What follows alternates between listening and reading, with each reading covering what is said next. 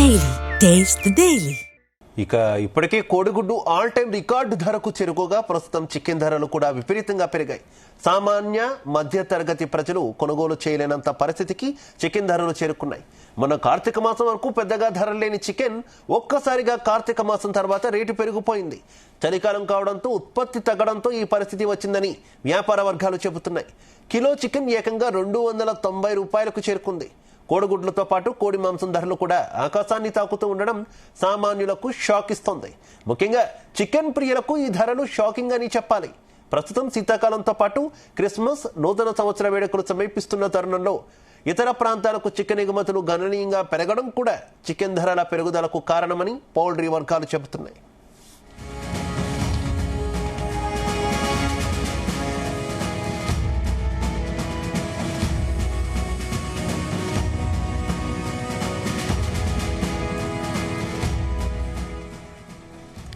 గత నెల రోజుల క్రితం 190 నుంచి 200 రూపాయలు కిలో చికెన్ ధర ఉంటే ప్రస్తుతం ఆ ధర 290 రూపాయలకు చేరింది.